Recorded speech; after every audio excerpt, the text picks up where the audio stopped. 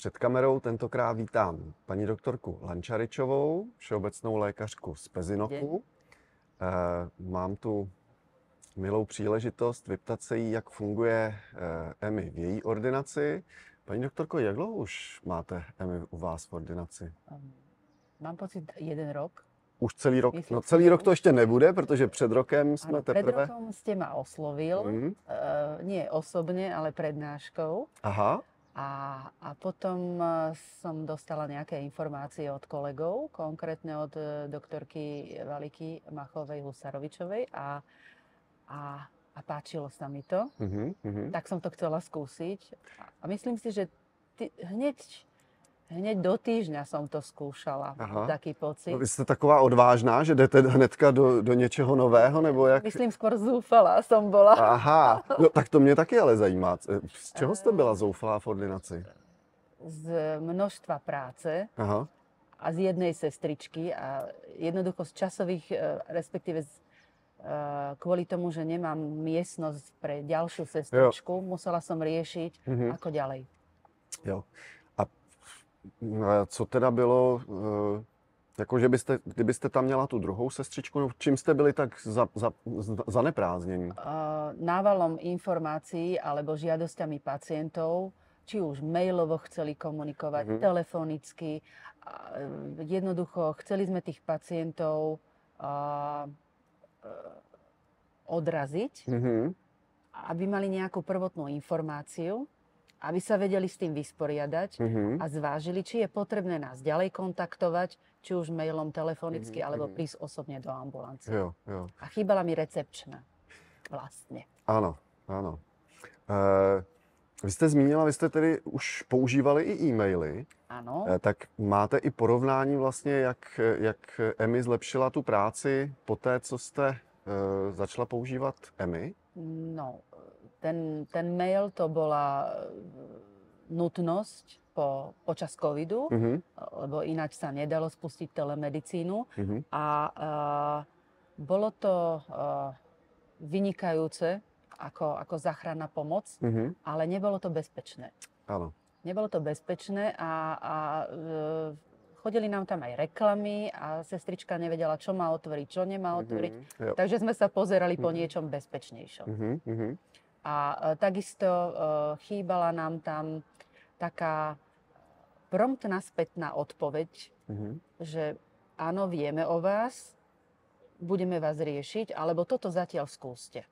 Takže hľadala som niečo, kde by všetky tieto možnosti spätnej odpovede alebo takého poradenstva, ale v rámci takého skôr odbornejšieho, ale bezpečnej metódy bolo niečo. Takže vy ste mi prišiel práve vhod. Tak to je dobře. Dobré načasování. A sestřička byla taky hodně zoufalá? Áno, veľmi. Ona byla velmi zoufalá. Veľmi zoufalá. Tak kdo byl víc zoufalejší? Myslím si, že sestrička, a ja som potom strašne chcela jej nejako pomôcť, ale ja som nemohla nahradiť recepčnú, lebo tej práce som mala viac než dosť. Takže som hľadala možnosti, a ako ďalej. Takže ste chtěla ulevit vlastně sestře.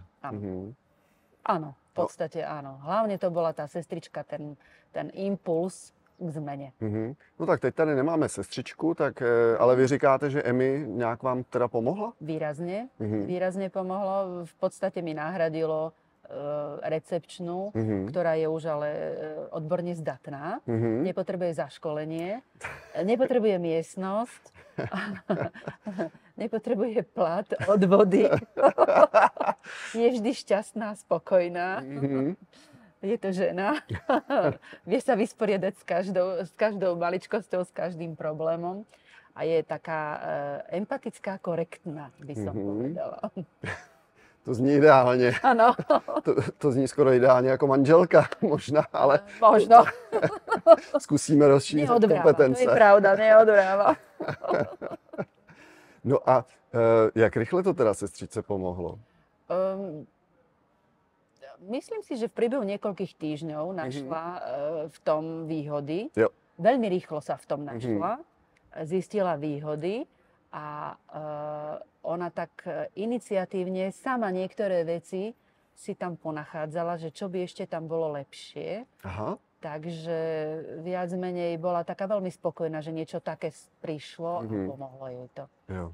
A pomohlo to aj pacientom, pretože pacienti nám spätne dávajú väzbu, že sú veľmi spokojní, že majú aspoň nejakú tú záchranu, že niekto sa im venuje, že vieme o nich a majú sa na koho obrátiť kedykoľvek, hej, v podstate. Jo. Hej. No a nevadí vám to právě, říkáte kedykoľvek, tak... Vadí. No. A práve preto sme si vymysleli také formulky, že venujeme sa vám len v ordinačnom čase. Aha. Alebo že odpovede napríklad na predpis liekov očakávajte do 2-3 pracovných dní, lebo ani môj čas pracovný nedokážem natiahnuť. A takisto mám víkendy voľné a potrebujem to aj kvôli sebe, kvôli duševnému zdraviu a rodine. Takže takými malými pomôckami, ktoré ste nám pomohol aj vy po tých našich otázkach, že takto by sme to radšej, tak sme si to vedeli upraviť podľa seba, prispôsobiť.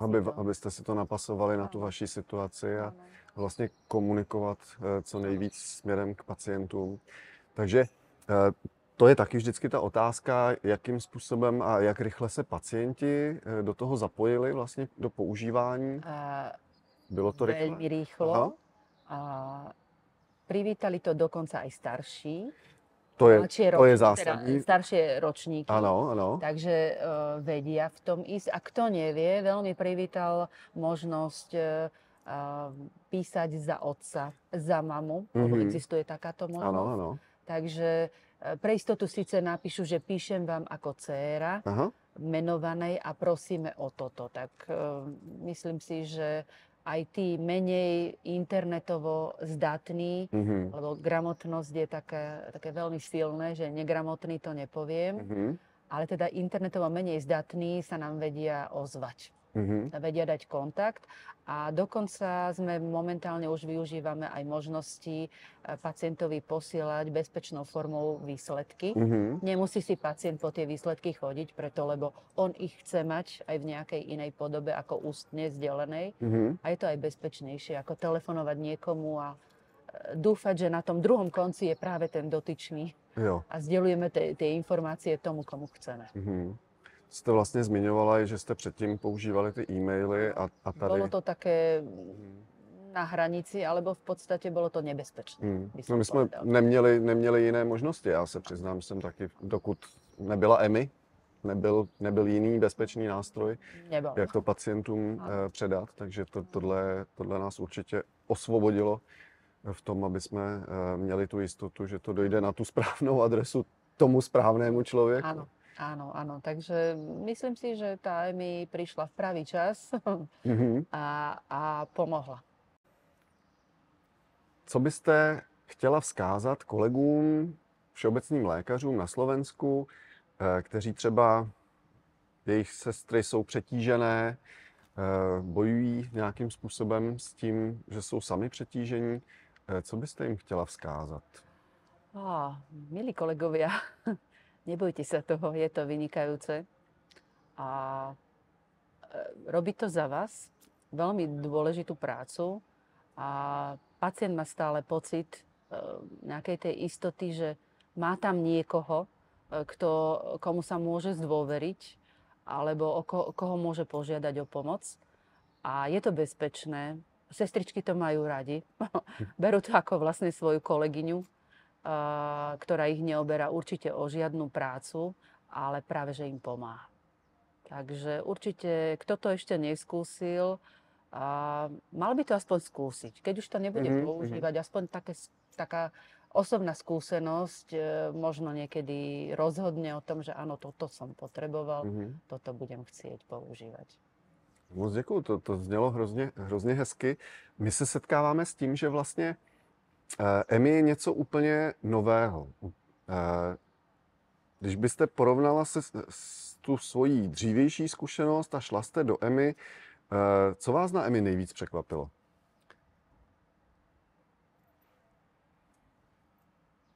Komplexnosť. Ja.